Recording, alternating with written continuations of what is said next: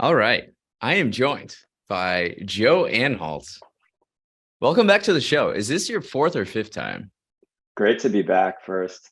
Um, I think, I don't know, I lost count, four or five. There was a little hiatus in between there, obviously. Y- Um, so it's Yeah, been a this is minute. like I think, the first time you've been on in like a year and a half, I want to say. yeah, was the last time when you were here in Brooklyn, actually? Yeah, I think it was 2021. I came across that video on my phone the other day and I was like, oh wow, this was a while ago. This was Yeah. like a couple of haircuts ago for me before I got married, all that stuff. Yeah. This is the second earliest I've recorded a podcast episode. It's come on, it's not that bad. It's 7 a.m. Well, usually I record them like late morning, early Okay. afternoon. Yeah. The other time was I was talking to a woman named Saroshi. She's a writer Uh-huh. in Calcutta, India, Oh wow. and we'd recorded at like 3:30, 4 a.m. because of the time Oof. difference. So Yeah. like I was bartending at night, and then I came home, stayed up another like hour, and then we And did the recorded, and I pod. was so tired. Oof. Well, hopefully you didn't do that last night and stayed up Yeah, 5 hours. no, I woke up. So we're recording this a little after Hmm. we scheduled, Hmm. and I got up at 6:20, took a shower, shaved. I ate a homemade protein bar that I made Nice. and made my French press. And then this always happens. Like I do everything right, and then You then just it's get just distracted with just something. a little late. Yeah. No, I hear that. It happens all the time. Yeah. What's Okay, so do what's you have the this is pretty early. What'd you yeah. say? No, I was just examining your mug. What is that? Richard? Yeah. But This is the it's a mug I cool drink font. out of every I morning. love I love the font. What's it say below? It's too small. I can't read the Okay. text. So my dear grandmother gave this to me. Oh, She nice. found it at a thrift store, gave it to me. Love that. And so every morning this is what I drink out of because I love the weight and the size of it. A lot Looks of, good. there's a lot of variety of mugs, but I found this to Totally. be it's uh it's large enough to be more than just like espresso Uh-huh. and light enough that it's not, bulky and Yep. yeah. But I anyways, it hate says yeah, Richard, go ahead. meaning determined. You seem to have what it takes to succeed, to make big decisions and stay in the lead.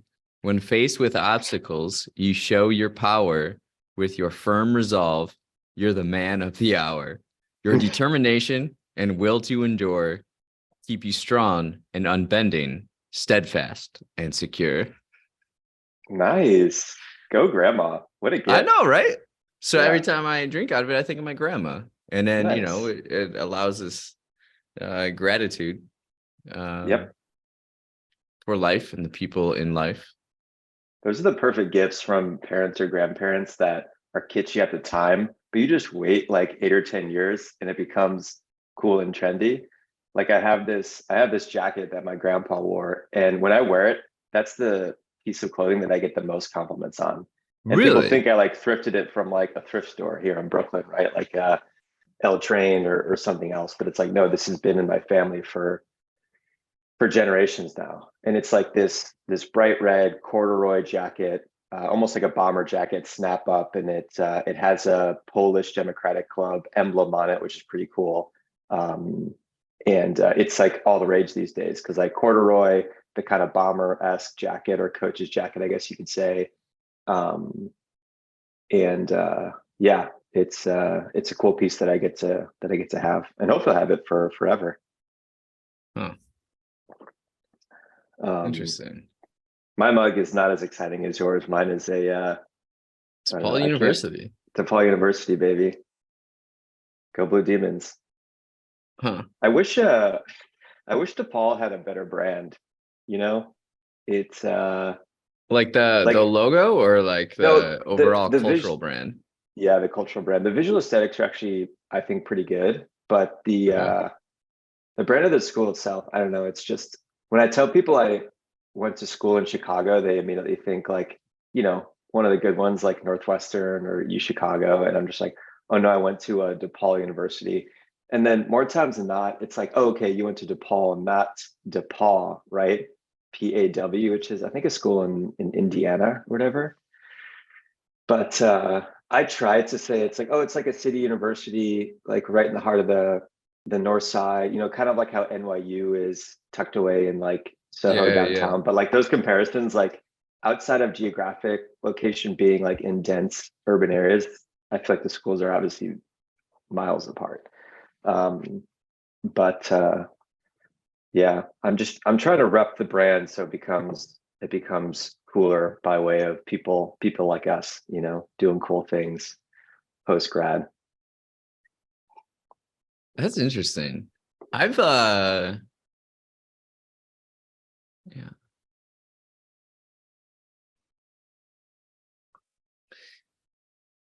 I haven't thought of college in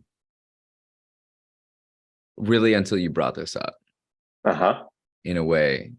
I feel like I just don't look back much. Uh-huh. And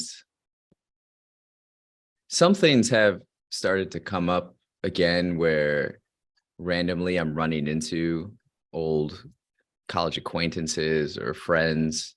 Mm-hmm. And it's kind of like circling back. And I think, oh yeah, like I remember that time and all the people I met and the good time I had. But I don't actively like college is not something on my mind Totally. at all. Um,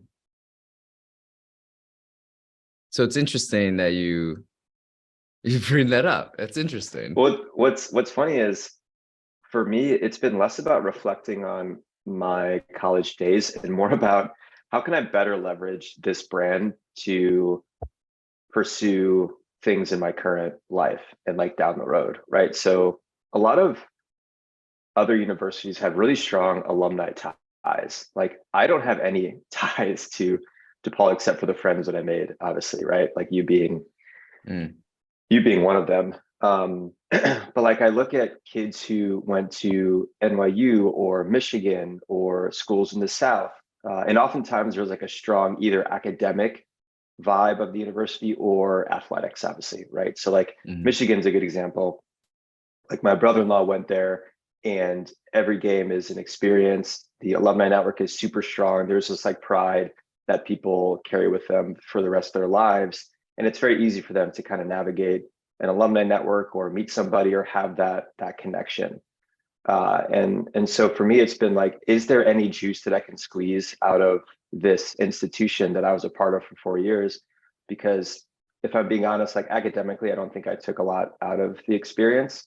But that doesn't mean it's over and done with. So for me, it's like, how can I like continue squeezing out more value from this institution that I gave a lot of money to, and I have a bad taste in my mouth because of the price tag huh.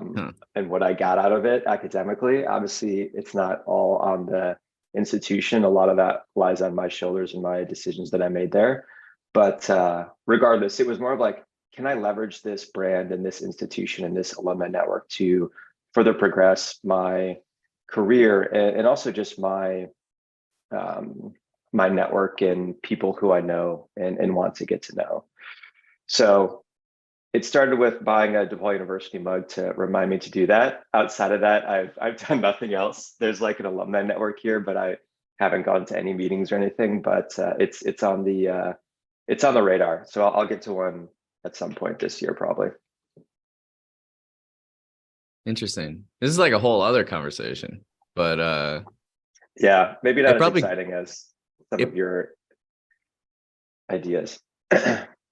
no, like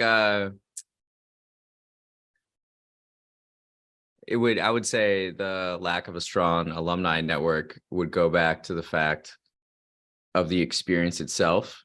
And you have like this Totally. huge commuter population, and then you have like the on-campus Lincoln Park experience. Yeah. And the fact you can make your college experience whatever you want because it's in the middle of Chicago, Mm-hmm. and it's very easy to get to for other people. While it's great individually, maybe cohesively, it doesn't quite build that foundation. Yeah, there's not enough people with a shared experience, to your point exactly. We're just all like individuals going in and out of this, the classroom essentially. There's no like shared meeting point. Except And maybe Chicago. Chicago is like the yeah, whole thing that yeah, ties it together. yeah. But there's just like the ratio that there's too many people. Like you could argue like really small schools and cities. Like I'm just thinking of Columbia in New York. Like that's obviously very small. It's also an Ivy League school, so it's just like very different. But I think because there's a smaller student body, there's a better opportunity. There's a better opportunity for everyone to like know everybody. Whereas DePaul is still like pretty big school. Like I always forget like how many kids Yeah. go there. Like it's bigger than like a Notre Dame or a lot of other private schools, and it's just hard to like know everybody there. Anyway, So you said go. culturally, the cultural brand. Elaborate more Mhm. on that. I just feel like people don't really know what it's known for. I don't think people know it's like one of the biggest Catholic universities. Not that that carries any weight. I think it just comes down to like the academic standing. You know, it's not as prestigious as a lot of other universities out there, and that shouldn't matter. But I don't know. I guess I just wish it had like a stronger brand presence. Um, and it doesn't. But I think of like the best university brands, and most of them are just the best academic schools. You know, you think of like the Ivy Leagues, and then you think of like Northwestern and Michigan and state schools like Cal and Stanford, obviously, uh, like Texas, another good state school. Yeah, you said schools are either known academically or athletics. Yeah. And then I guess you get DePaul those like basketball is random, not necessarily the no. And then I guess you get those like super small ones. Like I'm thinking, uh, like on the East Coast, like the Bowdens of the world, or like the Pacific Northwest, like Reed College, which I think is where like Steve Jobs went for like a few semesters, yeah. or like RISD, like that's another big one, but that's obviously known for like design, right? So like I feel like DePaul like is just not known for anything, right? It's I feel like your comparison to NYU is um pretty solid. The academics aren't the same, but like what I kind of yeah, describe DePaul as is like the cool Chicago school. So it's very the cool one, social. you think? Oh, social. So it's like I feel like it's the Yeah, that's true. yeah, it's like the I mean, yeah, trendy like hip school to yeah, go to in Chicago. yeah. Northwestern is not very fun. U Chicago, I mean, that's like where the fun goes to die, right? That's their Yeah. and then Loyola is just kind of random. Because Yeah. it's international and like all across the country too. Yeah. Anyway, Interesting. Yeah. So cultural brand.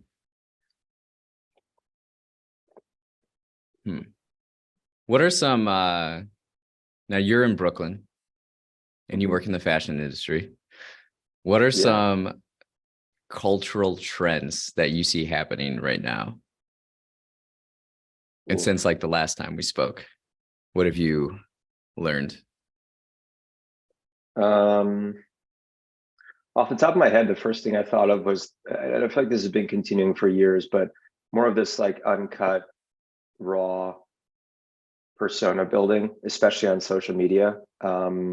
I think it's being amplified by TikTok, although TikTok with like the dancing and voiceovers and things like that, but there's just less editing and less refinement, which I think is a good thing. And specifically within the fashion world, there's a lot of even like luxury.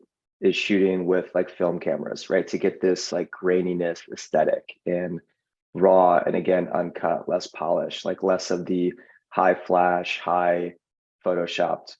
That's what I've been seeing.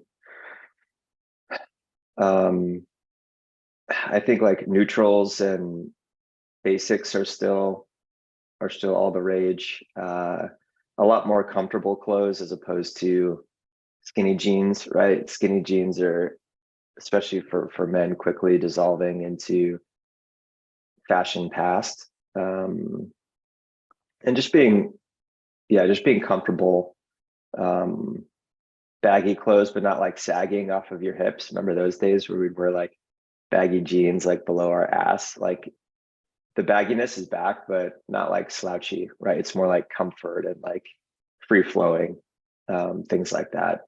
What I like to like search for are things that like blend like Japanese design with like Scandinavian minimal. I feel like that's a lot of people's go-tos these days. That's kind of the vibe. Um, and also another big thing is like vintage, right? But like really looking and picking through the haystack to find that really nice piece. It's interesting. Like fast fashion is still a thing with younger consumers, but also on the other side, so is like vintage. So it's like these two ends of the spectrum, which is really interesting to me. They contradict each other, but it seems like the consumer is the same. So we have the Shein customer. Are you familiar with Shein? No. Shein is it's like Zara, it's like fast fashion, but Okay. multiply that by like 100. So they're able to like churn out new clothes in like the snap of a finger. And the price point is even cheaper than the Zara. So it is the fastest of fast Yeah. fashions.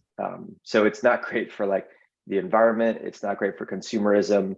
Um, it goes against a lot of the ethos of slow shopping and environmentalism, and just like conscious consuming.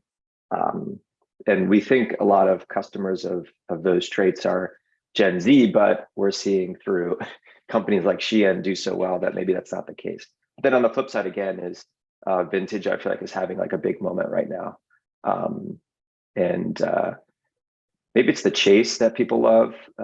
It's finding cool pieces, and also part of it too is just like, why do I need to buy something new when there's so much stuff out there that's sitting on a rack that's cheaper, that's just as cool as that like new fresh thing. So, which I think is a cool trend. I don't really do that much here in New York, but every so often I'll find something. There's like a little vintage market that pops up every weekend in my neighborhood that I like to sift through. um, Actually, I have a piece here that I bought for, speaking of universities, I picked this up from my brother-in-law the other day, but it's just like a cool vintage, like Michigan crew neck sweatshirt, um, Okay. stuff like But that. now they're designing them to look vintage. The new Yeah, stuff that they make. Yeah. yeah.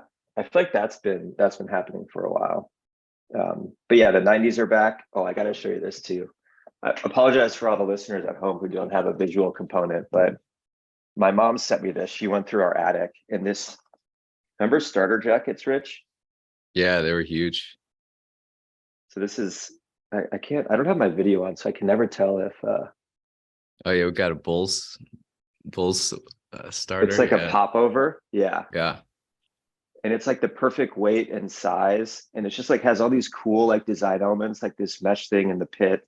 It has this like half zip uh zipper thing on the side. But it's just like so cool. And it's just been sitting in my parents' attic for, I don't know, probably 10 years. So next Bulls next game I go to, I'll Um, get to pull that. But yeah, very 90s, right? 90s are in. huh. Do you feel I was having this conversation with a friend. She's from Vietnam, and we were talking about Americans and how they just like, or in Chicago, they just dress so like lazy. And like you Ah, said, with comfort, it seems yeah. like I don't like I put effort into what I wear, but I don't go super above and beyond, but I Yeah. stand out just because everybody's just wearing comfortable clothing. Uh-huh. And it's kind of annoying. Like you look at back in the day, people are wearing suits and dressing up, and now it seems like all the clothing is designed and communicated to consumers as like, look, you can look good, but you can put as little effort into uh you'll be as comfortable as possible. It's all about like Mm-hmm. comfort and comfort and comfort. Mm-hmm. But then I think the design is kind of lazy in a way. Yeah, I think the comfort trend was expedited because of the pandemic. I think we're still living in that moment a little bit. I know a lot of people thought it was going to flip the other side and back to this more formalized workwear, I guess, but that really hasn't happened. I myself have found ways to spice it up a little bit. Oftentimes it's like post-work dinners or parties with friends, but I do think the common thread is still that like comfort, and guys can get away with yeah, just like jeans and a t-shirt, or just like slacks and like an oversized t-shirt. Um, but what's interesting too is that, especially, I haven't been to LA in years, but LA is all about like the like like elevated streetwear, sweatpants, sweatshirts, like oversized hoodies, and it's almost becoming like a status symbol. But that oversized hoodie is still going to be like 200-300 bucks, right? So it's like this luxury casual, right? Or like luxury pajama, like whatever you want to call it. It's really interesting, and I don't disagree with your friend at all. New York, it's a little bit different. New York, the pace and also the work environment doesn't cater to that type of apparel. Although you'll see a lot of people with that, but New York, I would say, is a little bit more buttoned up. But I wouldn't say it's like formal. It's obviously New York, you have like all different types of people, but walking through Soho, I'd say it is a little bit more formal. It's a lot more formal than a like West Coast expensive PJ vibe, but it's not as buttoned up as I'd say we were like 5-7 years ago, right? With like the big J. Crew heyday and guys wearing like three-piece suits and just suiting up, and you know, the tapered pants and the tailored suits. Like suiting is interesting these days, especially for men, because again, like it's What not is the interesting you said? suiting. That's a good example. Like Oh, it used to be you very said like tailored. duding? Suiting, This is a term suits. called duding. No, suiting, Oh, suiting. Okay. suiting. Men's wear like suits, like formal Okay. wear. But like for the past, like, I don't know, 15-20 years or so, it's been like very tailored suits, right? Slim pants, maybe showing some ankle, showing that sock. And now it's quickly, I'd say quicker than normal, moving towards a more relaxed fit and like a straight leg and a little bit more oversized, right? Um, Still showing some ankle, but maybe a bit more extreme. Now uh, I'm just describing my wedding suit, but it's quite Oh, yeah, nice. yeah. Yeah. It's quite nice to just feel a little bit more comfortable, but it still looks good, right? It's still a tailored suit, but it's not like form fitting. You know, it's not like skin tight, which most, especially menswear, was maybe what, like 10-15 years ago.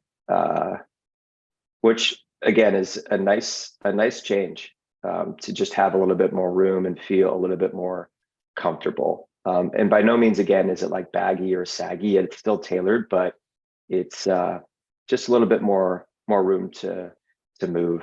And yeah, a little bit more like, I feel like the Japanese vibes of that, just kind of like loose fitting, but still cut really nicely, still using great materials, but just having room to move around.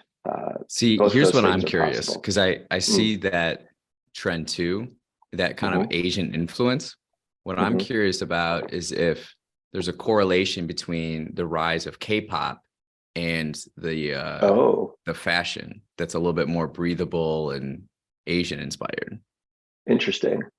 I think I think we've been inspired by I mean, obviously Asian culture for a long time now, but specifically like Japanese culture. So like the Japanese denim craze has been around for decades. You know, after a lot of the denim manufacturing in the States left, a lot of the like Japan manufacturers picked up where we left off.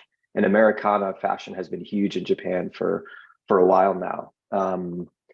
But yeah, I feel like our cultures have been going back and forth for decades now. And I feel like there's always been something there, but maybe because the rise of comfort and kind of loosening our belts a little bit and Yeah. getting a little bit wider pant and a little bit baggier shirt, that caters itself to more of a Japanese centered vibe, right? But yeah, it's something I really want to learn more about. And specifically, I just like want to go to Japan and just check it out. I've never been there. All my friends who have been there say it's amazing. The food scene, the cleanliness, how much they love to see families, especially Western families, the fashion, the shopping, the food, the history, the design. I just really need to go over there and just check it out for myself. If someone's trying to build a persona, like an individual persona, what steps would you say they should take to figure out what their fashion persona would be? Ooh, interesting. So if you like wanted to find like a new look, Yeah. uh, I mean, for me, I'm just such a visual person that I really need to like implant myself in the middle of what inspires me. So, but I guess before that, you'd have to just do a lot of online research. And these days, there's so many resources out there, right? Instagram, TikTok, like movies are a big influence for me. And then following those actors or performers outside of their projects that they do and just observe them. But once I find like a geographic location that is inspiring to me, I try to go there or move there in the case of moving to New York and really just surround myself with the things that interest me and let that naturally and organically work its way into my wardrobe, I guess you could say. And you know, you don't want to show up one place and just put on the exact outfit that somebody else is wearing. You want it to be a little bit more natural and organic, I would say. And again, it just takes time and it takes refinement, and it's always evolving. And it's more like anthropological, right? It's almost like Jane Goodall researching and just like kind of standing back and not trying to interfere. And eventually, from my experience, you'll just start to kind of like morph into your environment. And I think that goes back the root of this, and I've been reflecting on this for months and years now, but I think the root of this for me is one of my strongest personality traits is being kind of a mediator, right? Not wanting to rustle any feathers, not wanting to invite conflict. And so oftentimes when you do that, you're like a chameleon. You blend into your environment. You want to look and act like the people around you. You want to not come down on their ideas. You don't want to look like an outsider. And good or bad, I haven't decided yet. I think there's some good to that. I think there's some bad to that. And I think that's the root of why wherever I go, whatever I do, I just start blending into the environment. And I think that might be also just like a strong natural human instinct. You know, we want to be liked. Mm-hmm. And one way to do that is just to start looking like everyone around you, two, acting like everyone around you.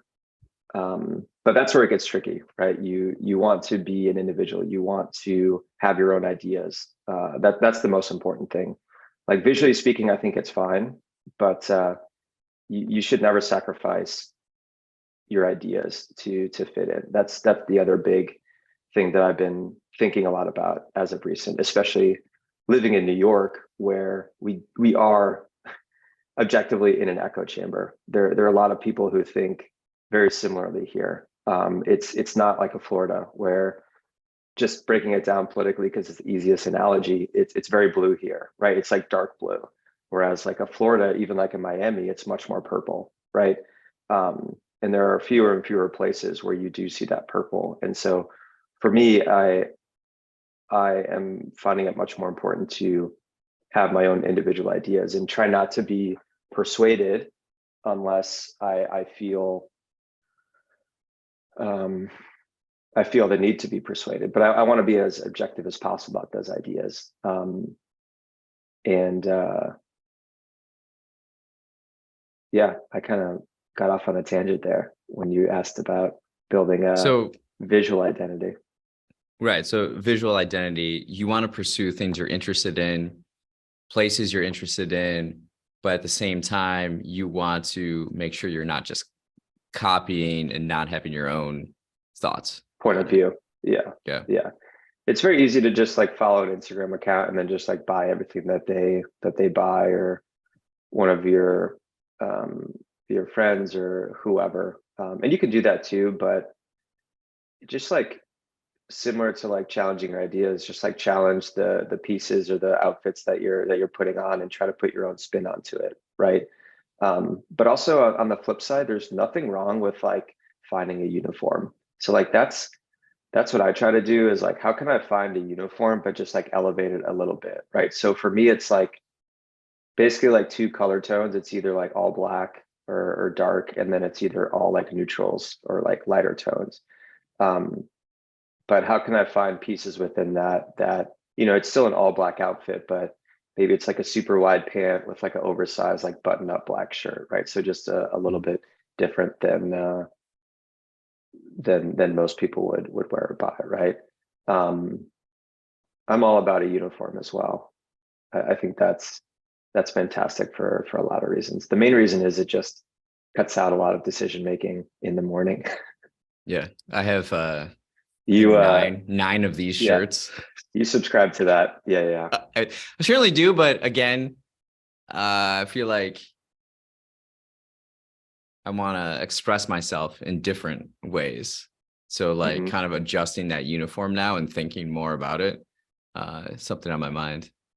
Yeah, I like the rings, by the way. Those are nice. Yeah. Got some rings, got a necklace now. Necklace is cool too. I dig it. Yeah. Yeah. Just adding more expressive elements. Totally. I've Yeah, been it's fun. really into design like the last 5 months or so. Uh-huh. 6 months. I I read the Da What do you Vinci mean design? biography. When you say design, what does that mean to you? Like visually, Hmm. how things are made or placed to evoke or communicate emotions and feelings to people. Mm. Mm. So I I like read it. the Da Vinci biography, and then I took notes from him, and he was really into staging and how like Mm. everything. And we've probably had conversations about this before, and you're like the top subscriber to this, but everything is communicating something. And when you're behind it, you can be intentional and communicate something without having to say anything. Totally. And so, what I like doing is, and this is part of being kind of bored, but I'll go into like hotel lobbies, and I'll just Okay. like look around and observe the design, Interesting. and uh like say lighting fixtures, obsessed with lighting Hmm. fixtures lately. And so Hmm. when I was in Miami, I took photos of like every light in every place Yeah. I go. And then I went down like South Beach and just went into each hotel and just took photos of their Oh, that's cool. chandeliers. Yeah. And everything is so different. Hmm. And um, I think it's interesting how if you just walk into a space, there are numerous things that are trying to communicate something to you about, Totally. and I see this a lot in adjacent to like hotel lobbies, but restaurants and bars. There's so many elements Oh that yeah. go into a restaurant and bar that are trying to express to you the experience that they want you to have here. It's not coincidental. It's all Oh yeah. very intentional. And Yeah. just being aware of that and reflecting on that everywhere I go and kind of like guess like, ooh, what are they going for? And just appreciating it. I'm a appreciator of appreciating. Appreciator of appreciating design. Yeah. Okay, so design, we don't have too much time left, but if you can kind of summarize some basic concepts of design and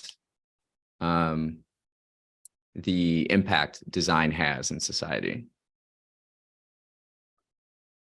I'm not like formally trained in design, I guess you could say. Like I guess what drew me to it was mostly photography and videography and the composition of really, really nice shots. And it's always simplicity and minimalism. I think also pull a lot of inspiration. I mean, I'm very basic, but like Johnny Ive, who's was the lead designer at Apple for a long time, but he comes up and was a student of, you know, the Bauhaus movement essentially in Germany, and specifically Braun, who was an industrial designer from Germany who did a lot of like, before there was Apple, there were still gadgets and gizmos, you know, like an alarm clock or an electric razor or a toaster, right? But Braun was one of the best industrial designers of his time, and everything had purpose and intent, and it was still beautiful, right? So it was this perfect balance of form and function. You could argue that the iPhone is that for today, and objectively, I believe will be one of the greatest industrial design moments of our species to date. And so I think this growing trend of minimalism, simplicity has been happening for decades. We spoke about it in fashion, so that informed me for decades, and it's a really challenging balance to find. You could just like live in a white box and call that minimalism and simplicity, but there's still like no function there. So I think that's the beautiful challenge that I'm always facing is how can I be clean, simple, minimal, but still have a personality and still have an attitude. Um, and I wish I had a more um, yeah, a better response to how to get there. But again, I don't have any formal training in that regard.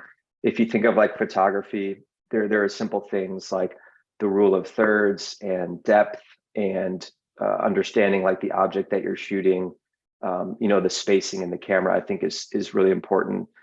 Something else that I've paid a lot more attention to is just like the negative space within any image or the object or just coloring, the mood, the vibe, all these different components can go into it. And then also again a trend that we spoke about at the top of this conversation, the rawness and the realness, right? So it's funny, I was having a conversation with my 8-year-old nephew who obviously doesn't have strong photography skills yet, but I was like, you know, Eli, part of the reason why I love photography and especially shooting on the iPhone is because I feel like a lot of times the best images are the organic ones and the moments, right? The in-between moments that we see, but we're never able to capture. But if we can capture that, I think that's really powerful. You know, throw out all of the composition best practices and the coloring and the lighting. But if you're able to capture a moment, more so like a space and time, I think that's really powerful. Um, but for me, it's really infused into most aspects of my life. And when I think about design, honestly, like it's everything. So Even it's your own how do you, life. yes. So I've like pulled back the aperture to that point of view.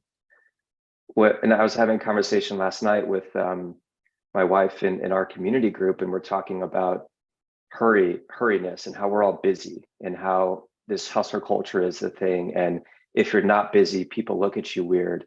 And that comes back, I believe, to our egos, and more importantly, not knowing what we want to accomplish in any certain time period, whether it's a day or your life. And Rich, you've been a big inspiration for me in this department, and I've really sat down and have started to write out and essentially design my life.